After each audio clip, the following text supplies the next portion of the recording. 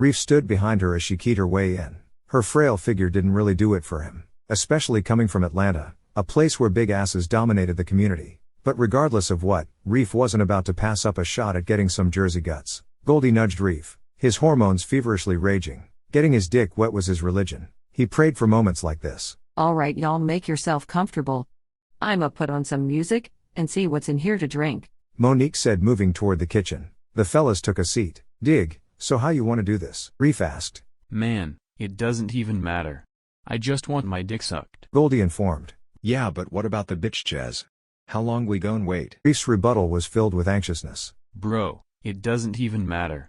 I'm pretty sure that broad back there gon' lead us right to her. Monique appeared just at the tail end of their discussion. The hardcore likes of Lil Durk Distance could be heard pumping from the stereo in the dining room, and she held a bottle of Paul Masson in her right hand. Getting kinky was her objective. She took a seat between them. Here, take this bottle. She handed the liquor to Goldie, not knowing that he loved himself some Paul Masson.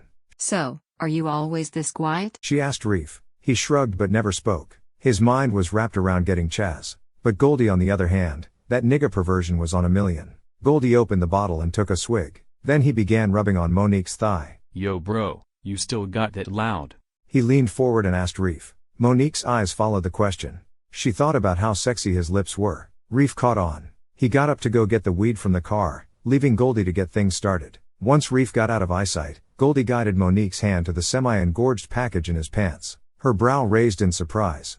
Decent, She thought before unzipping his shorts. No, I'm a control freak.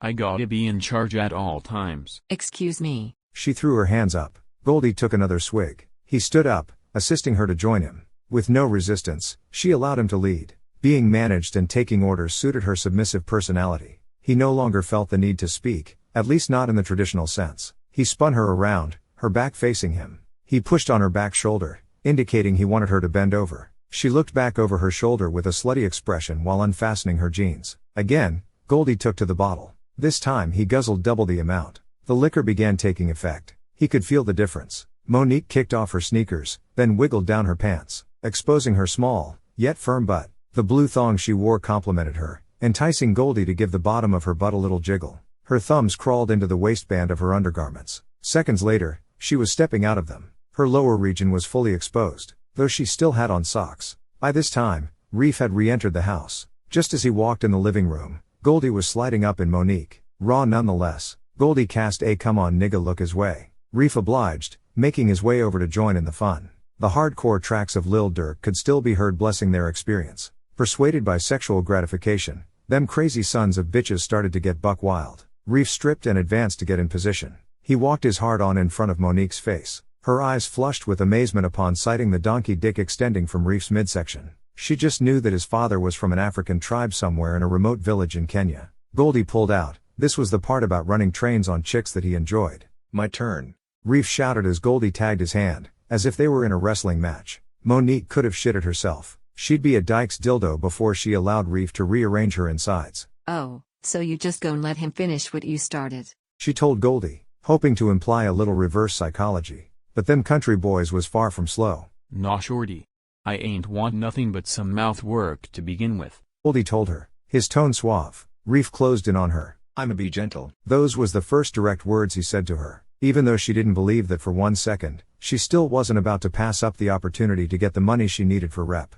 Against her better judgment she went with the flow. With Reef at the back and Goldie at her face, that arrangement accommodated all parties. Slowly Reef worked his meat inside her tunnel of love. Blissfully, she moaned. Consumed in the moment, she took a hold of Goldie's shaft, feeding her face with his phallus and enjoying it. The segregated cocks worked in perfect harmony at the delight of Monique's mouth and twat.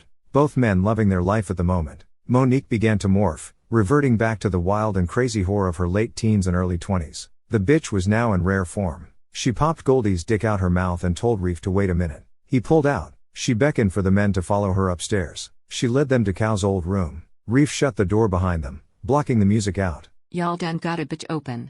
I need me some double penetration, she stated, scooting back on the bed.